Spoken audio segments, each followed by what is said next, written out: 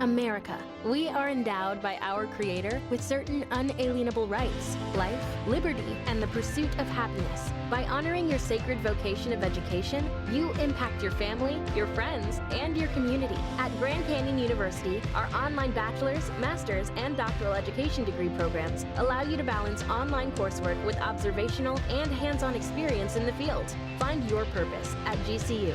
Private, Christian, affordable. Visit gcu.edu. Hi, dear Prudence listeners. I hope you're having an incredible week. But if you're not, maybe this spicy episode will help. We know you love good advice and are always looking for more. So we want to offer you this episode of How's Your Sex Life from KCRW. You'll hear Brandon Kyle Goodman, who you may know from Big Mouth. Walter the Love Bug, anyone? Join for some hot and big-hearted advice. If you love the show, search for How's Your Sex Life from KCRW on Spotify or Apple Podcasts. We'll be back next week with a brand new episode with Ronald Young Jr. And without further ado, here's the show. When we're talking about casual dating, I mean, I've done so much casual dating and I'm better for it, you know, because I love a story. I love a story. I will stick around for a story.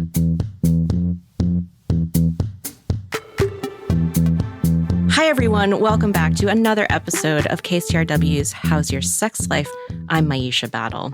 Today, I'm joined by actor and writer Brandon Kyle Goodman. Brandon is known for their work on the hit Netflix animated series Big Mouth, which is very fun. They also host a really fun series on Instagram called Messy Mondays, which we love, where they talk about sex, identity, relationships, and all the messy ways we all relate to each other. So excited to have you, Brandon. I'm so happy to be here. Thank you for having me. My pleasure. Before we get into some advice, I want to ask you. Yes. How's your sex life? Fabulous. Fabulous. Didn't even have to think about it. It's always evolving, and I think it's fabulous because I have stopped shaming myself and putting expectations on what it should look like. Yeah. And I'm allowing it to be what it is. And sometimes there are periods of time where I feel super sexual, and other times where I don't. And I think it's still beautiful, and I still have ownership over my sexuality, which I always differentiate sexuality and sexual orientation. But I have a ownership over it no matter what, whether I'm actually having sex with someone or myself or not. So it's fabulous. Mm-hmm. This season, I've been interviewing and speaking with a lot of people who have a really robust sexual life. Yeah. That is not necessarily having a lot of sex. Yes. Yes. And I want people to hear that. Yeah. And I want people to know that. Yes. Because I think there are a lot of assumptions that people might have about you when they see, that you have messy Mondays and that you're married and you probably are having a lot of sex. That every day, all day, all I'm doing is just taking dick and giving dick. And it's no, I have to walk the dog at some point, babe. I got a glass of wine. I got to work. I got to make money. Right. Yeah. So it is about how do you redefine sex? And I think we've all been raised with this understanding that sex is penetration and that's kind of it. And really understanding that it's much more than that. It's about your soul, your spirit, your mind, your heart, that you don't have to be penetrated or penetrate anyone and can still have a robust and beautiful sex life. And I really wanted to commit to that for myself and to sharing with others to redefine what that looks like for you. Yes. Thank you for sharing that. Yeah, amazing. Course. Yes. Fabulous sex life. Doesn't have to be sex every day. Yeah. Okay, you put a call out to your followers, actually, just through Messy Mondays. Yeah. And sometimes you get some questions. So we're actually going to address a couple of them. Oh my God, yes. Today. Are you ready to help some people out? I'm always ready to help people out. Okay, let's listen to the first question. And just a reminder to our listeners, the questions you'll be hearing are read by voice actors, not the question askers. Do you have any tips on casual dating? Any tips on casual dating? For me, my tip is my tip. Give them your tip. Give them the tip, baby.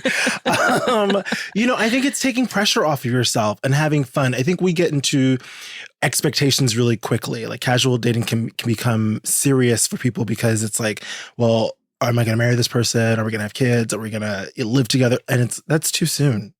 For casual dating, really it's about your experience and also helping the other person having a great experience. It doesn't mean that we have to be together forever. We could have one night together. Some of my favorite stories are where people have met somebody in a foreign country and had a fabulous night or a weekend together, and that was it. You know, like that to me is the joy of casual dating, that it's just experiences and being able to be intimate with another human and learn from them and grow with them, even if it's just that one night. It doesn't have to be like, oh my God, we connected and now you have to have my baby. It's like, no, babe, like chill, release those expectations, those societal expectations, and just enjoy, follow the pleasure. We can be the babies for a minute. Yes, we are the babies. We're the babies. We don't need to have one. You and me. You know? Yeah. The only thing that I can add to this is that I wrote a whole damn book about this. Yes. So you know. if people want to read about the pros and cons, the thing is that I think casual relationships are everywhere in pop culture. Yeah. So much so that I think people feel like maybe that is what I should do. Sure. Okay. Yes. So I want to just kind of interrogate this person's motivation for the casual. Like maybe they are at a point where they've given it a lot of thought and they're like, yeah, okay, I'm done with like chasing after my baby daddy, baby mama situation. I'm really just here to have fun. My book is literally called "This Is Supposed to Be Fun." So I love that. Yeah, and the subtitle is "How to Find Joy in Hooking Up, Settling Down, and Everything in Between." So fully relating to your idea of it is about the experiences, but it's also about interrogating why you want those experiences. Sure. A lot of my clients who are dating are like, I don't have a lot of sexual experience, and I don't want to go to my grave saying I didn't try. Yeah. Right?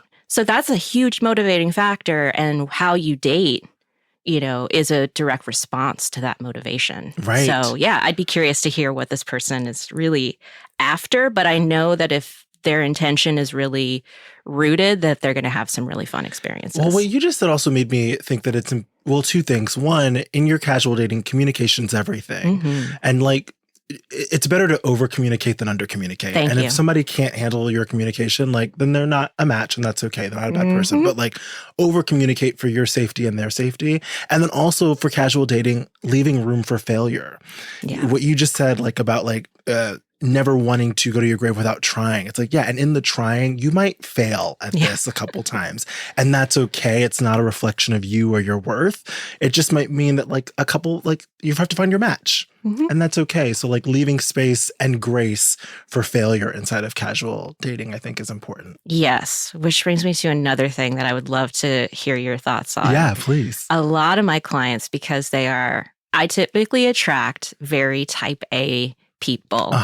And they're very much in their head. They're very much about self-improvement. Yes. So much to the point where they're maybe it's to their detriment. It's too much. Like they want to be the perfect person before they put themselves out there. They don't want the mess so much. They want to have a seamless experience because they think once they've like cleaned up their side of the street that like they can just keep it clean and nobody else's trash is gonna like blow over to their side and they have to like pick it up or deal with it or be like kick it over and be like, no, that's your trash, like get back over there, I don't want that, or this is your dog poop, like clean it up.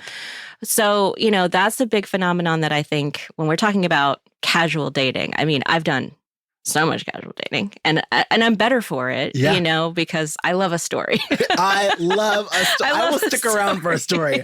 I know it's bad. It's like, it's bad. I've gotten myself into trouble, but at the same time, like I've actually been able to like tell those stories and learn from them. And so what's your thought about like we are living in these times of like self-actualization, and you have to, even if it's like a casual endeavor, like you have to like have read all the books about you know non-monogamy, and you have to like know all the rules and everything before you put yourself out there. I think there's a lot of pressure to like do it right. Yeah, I mean, I would say, and I would say it plainly, because I feel like sometimes when in acting school, I would have a teacher that say, maybe you just need permission to know, like you already know this, but maybe you need permission. So you already know this, but let me give you permission to not be perfect, right? That you just like, let me say that directly. You are not perfect. Nobody's perfect. You can't create a perfect experience. So the sooner you can put that down, the better. And you kind of have to jump in and let it be messy. I think that's why I call the thing Messy Mondays, because there's no way around it. And there's no blueprint for everyone to figure out how to put down the perfectionism. As somebody who is a recovering perfectionist, it takes time, and it takes fucking up, and it takes, just like saying, this feels uncomfortable, but I'm going to try it anyway. And processing and having your community to process with, whether it's your therapist or your friends or family. But like, I think having people to process it with and hearing other people's stories as well helps mitigate the shame that you might carry inside of that perfectionism. But it is like ripping the Band-Aid off and just saying, I'm going for the experience. I just said that to a best friend of mine. I was like, was debating about going on a trip to meet somebody or not. And I said, hey, like, you can just like make it an experience instead of putting the expectations of like, I'm going to meet this person and is it going to be the best or the worst? Go in it as an experience, your personal experience. So no matter what happens, you'll keep your side of the street clean, right? They might mess it up too, but like you'll communicate, you'll set your boundaries, your expectations, all that, and then go forth and have an experience. Mm-hmm. I think that's all we can really do. Mm-hmm. I agree. Yeah. Thank you for that. Of course. Amazing. So to this question asker, there's a lot to think about, and there's a lot of personal interrogation for this person to do first. Yes. And then let's jump in. Yeah, send Brandon an update. Yes. Send us an update. Goes. Yes. I want to hear. Okay. Here's another question from your audience. Yeah, please. How do I get over my ex? It's been 6 months and she still got me in a chokehold. Ooh. This is a common question. Very. Exes are hard. So hard. Especially if you feel like they were the one, right? Or the love of your life. I think one of the most important things is to be easy and gentle. That the feelings are going to change and shift and grow. And then sometimes you're going to feel extreme sadness. And sometimes you're going to forget about it. And like that all of those feelings are valid. And to not ignore them, not push through them, but to move through them, right? To let them kind of be. And then I had a mentor who said, if you were your own parent, how would you take care of yourself? And so I think when you are dealing with grief, which a breakup is grief, how can you take care of the little you, right? The little version of you. How can you protect that person, or how can you pour into that person? So maybe like today we're ordering a bunch of chocolate chip cookies, and that's what we're doing. And we're sitting on the couch and we're watching our favorite shows. I'm watching Traitors right now. I don't know if anyone else is watching Traitors, but it's fabulous. Maybe it's let me just like call my bestest friends and like have them come over to my place and just like, let's vent for a little bit, but what are the ways that you can take care of yourself? And it's day by day. Stop looking to be healed, right? Like, don't be looking to be over it. Just move through it. And then you will one day look up and time heals, So with time, you'll look up and be like, oh, I got through that. But don't try and fix it today. It's not going to get fixed today. It's true. And that was like the last thing that I wanted people to tell me when I was going through like the worst breakup of my life. Yeah. There's a lesson here. You're going to get through it. Your feelings will change. Yeah. And all of those things are true. Yeah. So I just want to empathize with this person who is like, when they describe their ex having a literal chokehold on them, I just feel that so much because, in the wake of a breakup, there's so much to deal with, right? Mm-hmm. It's like, it's not just that person is physically gone, but you have a thought about them and you can't text them. Yeah. You have things that are in common that you don't get to share anymore. Yes. So that feeling of loss is really, really strong in the first months of separation. The other thing I think about that happens to me personally, I call it psychic stickiness. So it's not just, it's a weird thing that I get really... Historically, I have been really enmeshed in partners to my detriment. And that means that like, I even like, if I'm looking at their social media, I'm like feeling what they feel or like going through things that are not really my place to go through with them. And so, is that empathy? Is that like a deeper, is that like I think it's an empathic connection with people that I tend to have, and it's something I've had to like work to consciously strip down, or just be like, I'm not doing that, or I'm going to hold what's mine. So I've actually recommended on this show cord cutting rituals. Tell me about that. Cord cutting is where you envision the other person and you envision that's imaginary string that maybe Between connects. The two of you. Yeah. Maybe connects your hearts, maybe connects your stomach, wherever this person has them on their neck. Yeah. So you might want to like envision like a collar or something that's like on your neck. Yeah. And it connects to this other person. What you can do is start to, and it's a meditative practice where you kind of pull on whatever rope or twine or chain is connecting you and find a place that you feel comfortable cutting it in this kind of spiritual plane. Yeah. And then little by little, you start pulling back your piece of it. I love that. I just love the idea of any kind of ritual. Like, it's not that will immediately cure it, but that there is an activity to really, because listen, our relationships, good or bad, like they do teach us something. And at one point there was love there. That's why we stayed in it for as long as we did. And so can you still honor whatever that is by closing that chapter? And a cord cutting sounds like a wonderful ritual to close a chapter, or lighting a candle, or burning something. Like what is yes. like what is the, I've burned lots of things. or lots taking of names. a bat and beating something up, like whatever it is, like don't get in trouble. Yes. But like what is the physical thing that you can do to close the chapter a little bit? I think it's so beautiful. Yeah, and you important. get to own the story a little bit more than take back your power. Then this person left me. That's a terrible story to tell yourself, know, because with hindsight, you will realize all the things that weren't working for you. Yes. It's just harder to see in the moment. When you're in it, you just you have all the pieces. You can't see it. And that's why time, right? You really do. It sucks, but like time is what will allow the healing, because you need distance, you need space. And so it's like, what can you do with those immediate first months or that first year or two? And I think it's community. I think it's chocolate chip cookies. Yes. I think it's trash television, and being as gentle with yourself as possible. All those things got me through. Yes. So same. I agree. Yeah. Okay, we're going to take a quick break, but Brandon, are you going to stick with me to finish answering some questions? Of course. Amazing.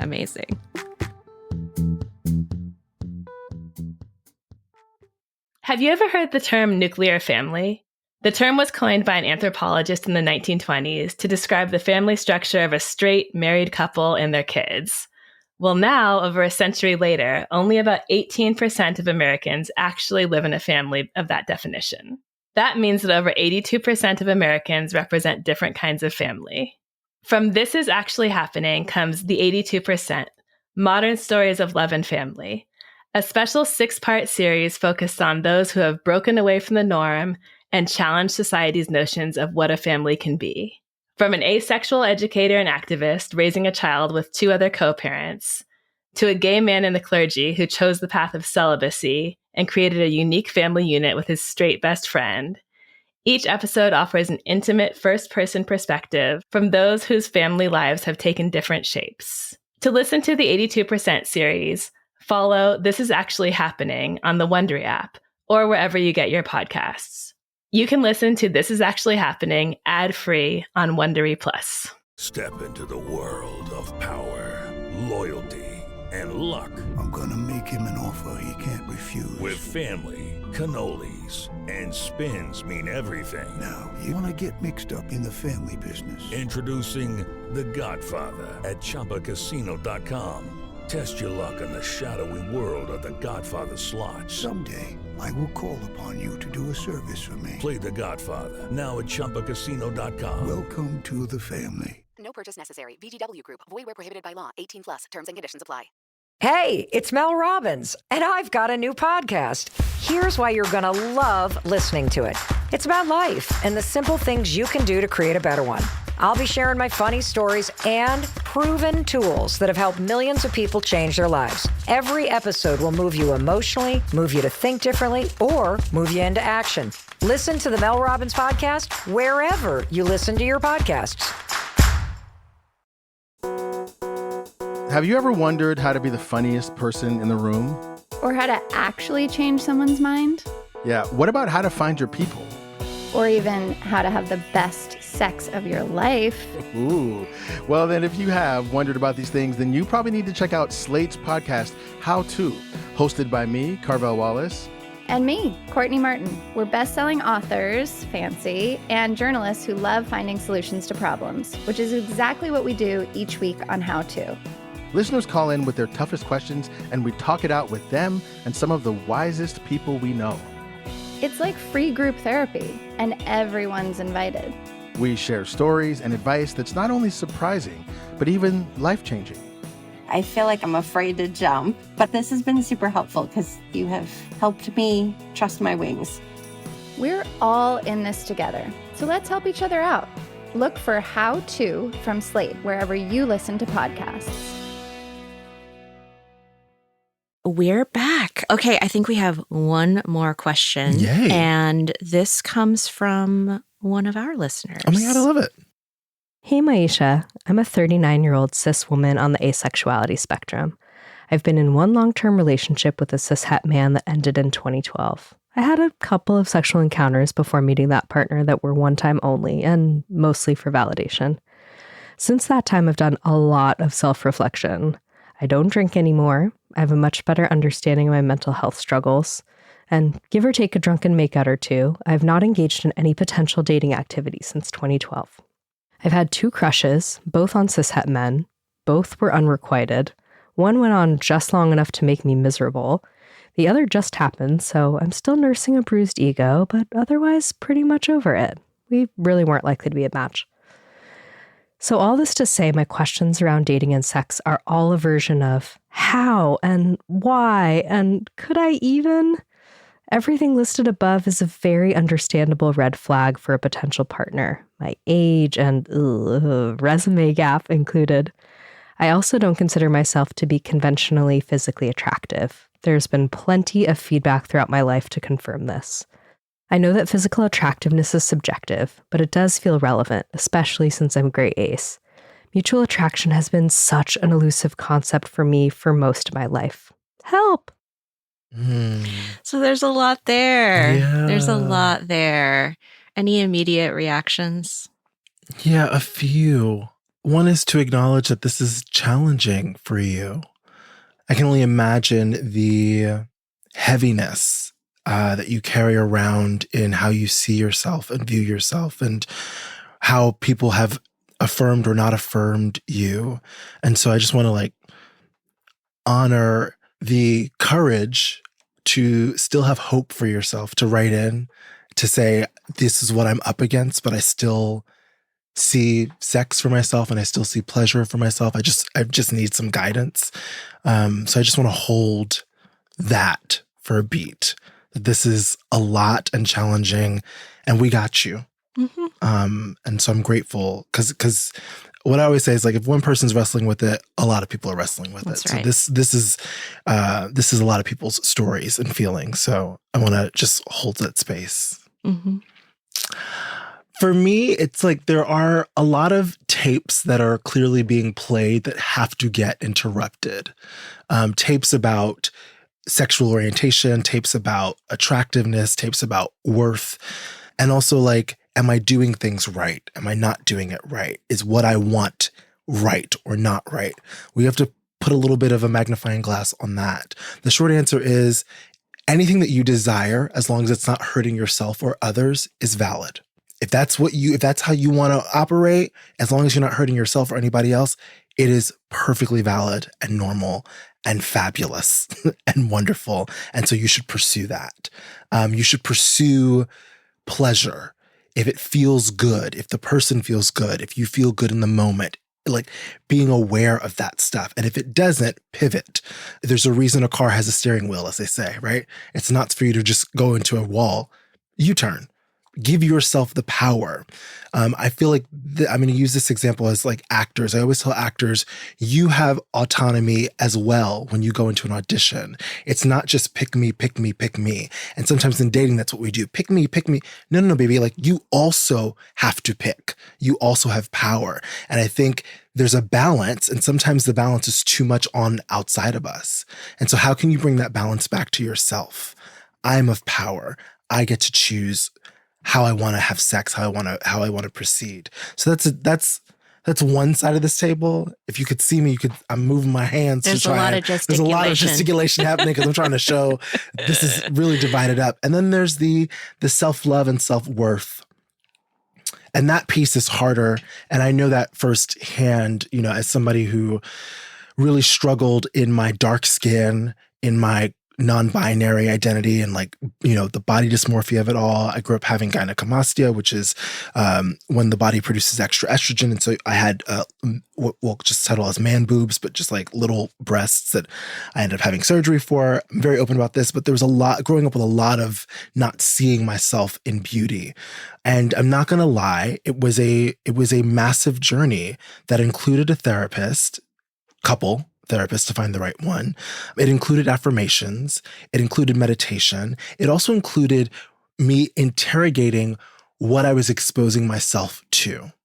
If I am exposing myself to visuals of white men, muscled body white men, as the pinnacle of beauty, guess who's going to get left out of that?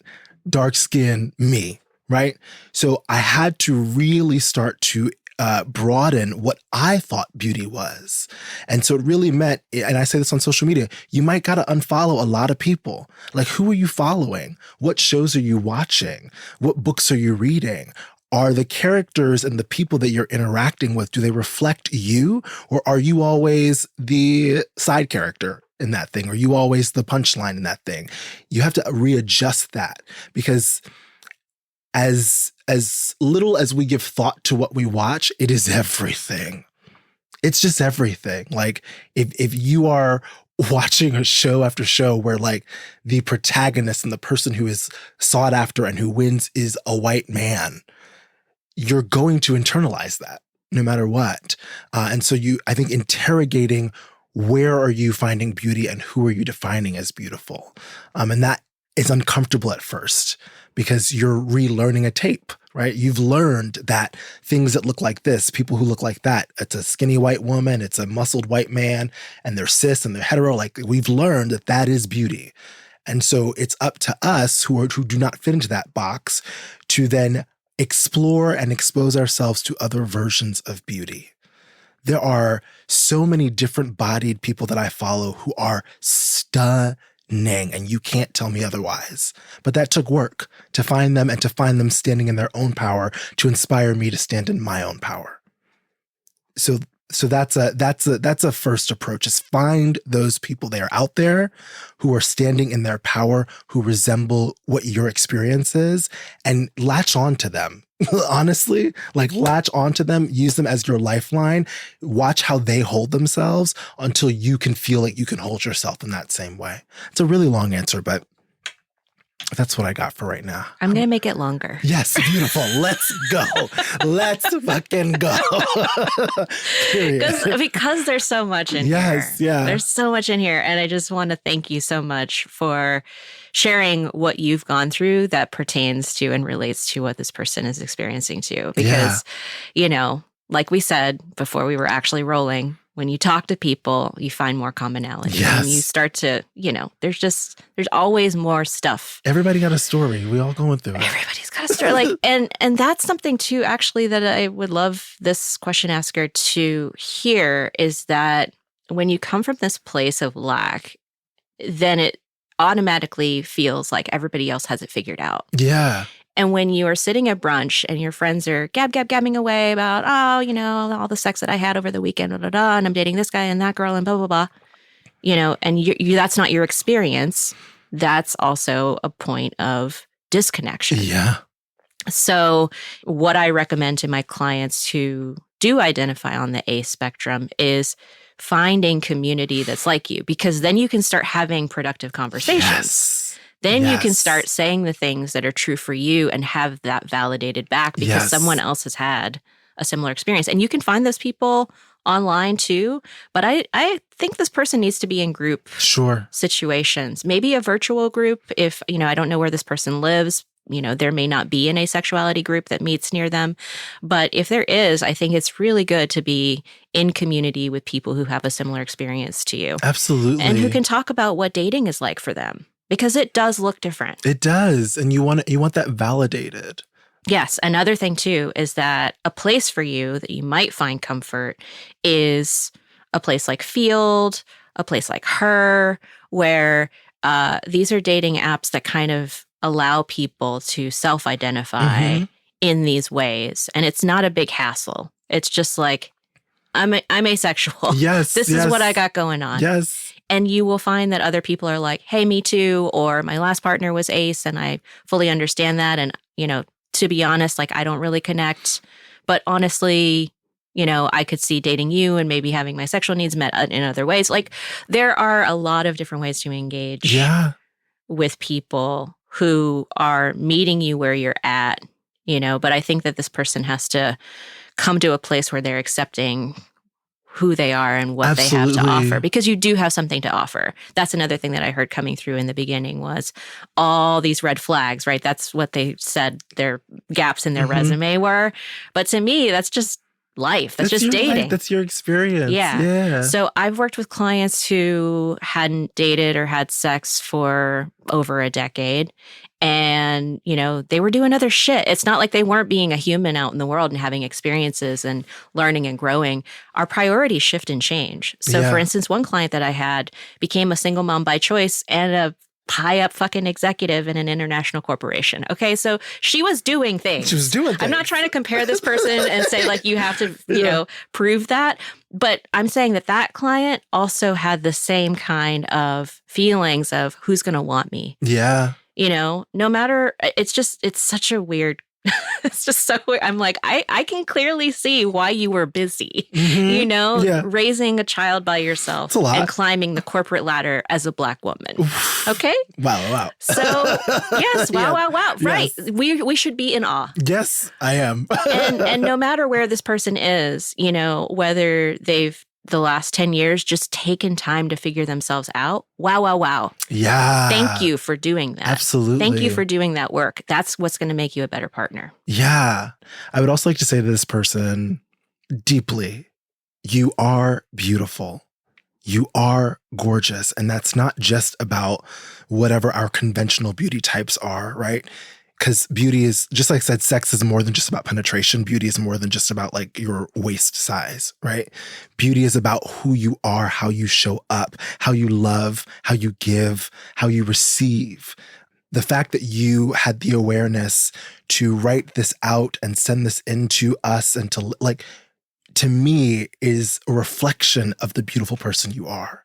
You're somebody who is self-aware, who is trying to evolve and expand and grow and get to a side of healing.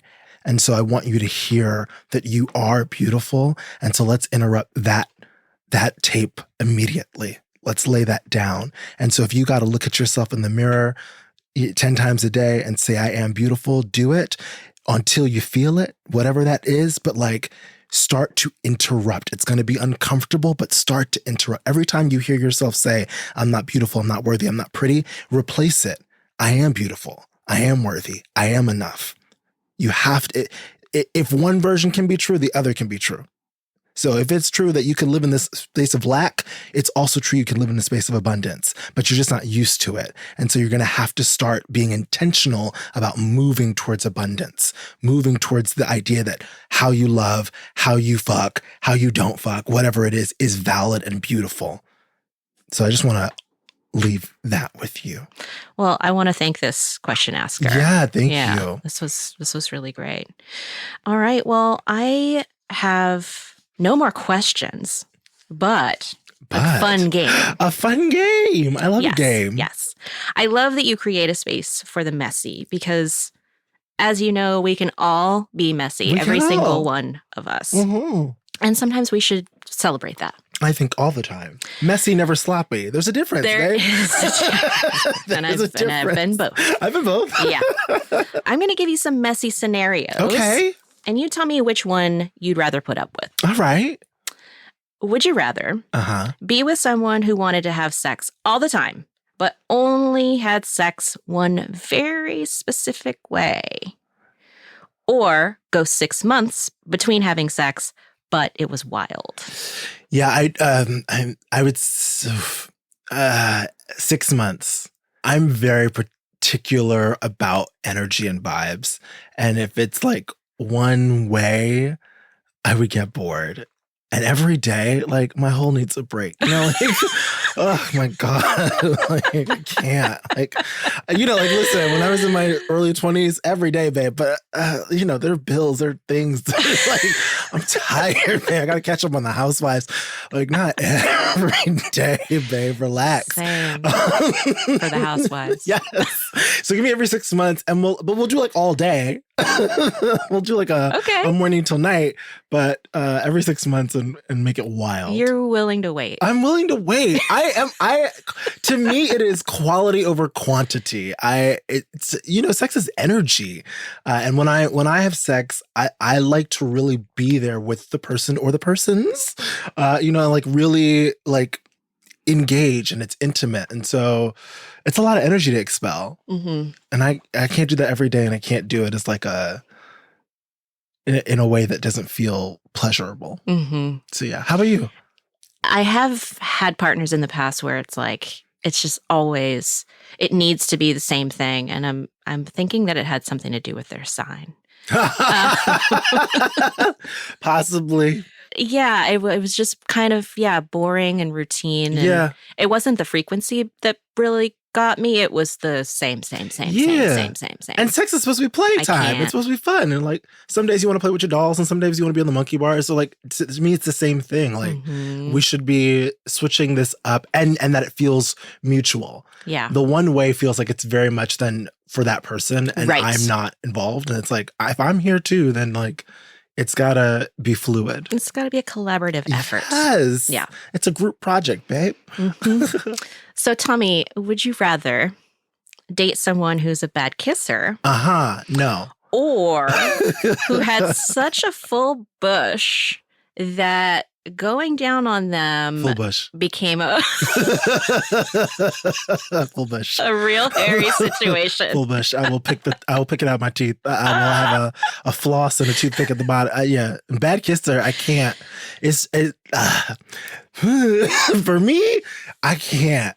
Or I have to like train you. Like kissing to me is like it tells me everything I need to know about the experience I'm gonna have. Like, to me, somebody who, in my experience, and there's exception to every rule, but a really good kisser also eats ass well. You know, like they know how to use their mouth in other ways. And I think the kissing, personally, like kissing could be enough. Like if the kissing is like correct, it can be enough to like get me off. So if it's not good, then it stresses me out. So yeah, the bush. I'm just going to let you in that like these two things are things that I see a lot in my practice. Bad kissing and a lot of bush. Yeah, recently I had someone say, how do I give this feedback? About I love I respect it. But it my suggestion was like, well, this is like a practical. When like it hinders, it's causing you to have like take you out of the moment. Yeah. You know? And then can we have a conversation about trim? Like we don't need a shave. We don't need a closely shorn. Beautiful, yes, yeah. But we need a little maintenance to make this experience mutually exciting. I think that that's fair because I love hair, no hair. I love it all. But I do think that sometimes with hair, and I have to be cognizant of this myself, it can get to a point where, you might just need to like just a little escape, just a little bit, so that we make it easier for the person, so they're not like choking on hair and dick. I think a trim conversation. But yeah, I would definitely choose the bush over the bad kissing. Okay, I've got one last one. Okay, beautiful. Would you rather have to hide a part of yourself in front of your partner's parents or have to not acknowledge a partner in public if they're with their primary partner? So in the last instance, this isn't an open, ethical, non-monogamous situation, but they've let you know, hey, if I see you out, I can't acknowledge you. That's one of our rules. I think I would rather that over the parent. Because I understand rules and like what makes, especially if you're in like an ethical non-monogamous situation, I understand we're doing whatever makes people comfortable and that those things can evolve. And so it doesn't feel so much like I'm being hidden so much as it like we're protecting your relationship and my relationship with you. Whereas the hiding me or a piece of me from your parent feels a lot more personal and feels like there's an embarrassment about me or a shame about me.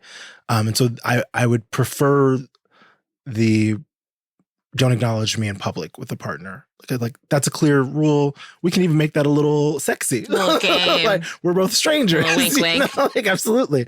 But the parent thing feels a little more icky for me. Yeah, I hate both. I hate both. Yeah. Yeah. But that's the point of this game. Yes. Would you rather? Well, thank you for being such a good sport. Before we go, where can people find you, either in the virtual world or in real life if you're doing anything live? Oh my goodness. You can find me on Instagram at Brandon Kyle Goodman, and that'll take you literally to everywhere that I am on the internet. And in person, I'm in my solitude phase. So I'm at home resting and relaxing. But you will not find me in person. If you do, wave and then keep walking. I'm in my solitude mode.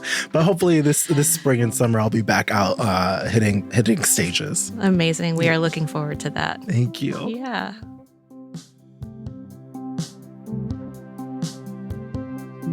That's it for today. Thanks for listening. If you want advice about anything that's going on in your love life, send an email or voice memo to sexlife@kcrw.org. Again, that email is sexlife@kcrw.org.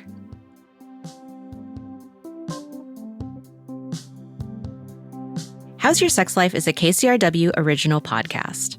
Our producer is Andrea Bautista. Our executive producer is Gina Delvac.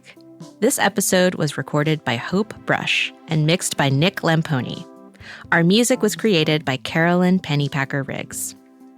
Special thanks to Sue Margulies, Ariel Torres, Mallory McCall, Adam Serrano, Connie Alvarez, Arnie Seipel, and Jennifer Farrow. And last but not least, a huge thanks to our voice actors. We'll let them introduce themselves on the way out. This has been a Purser. Thanks for listening. I'm Marquet Green. Follow the show so you never miss an episode. This is Gina Delvac. If you like the episode, please send it to a friend.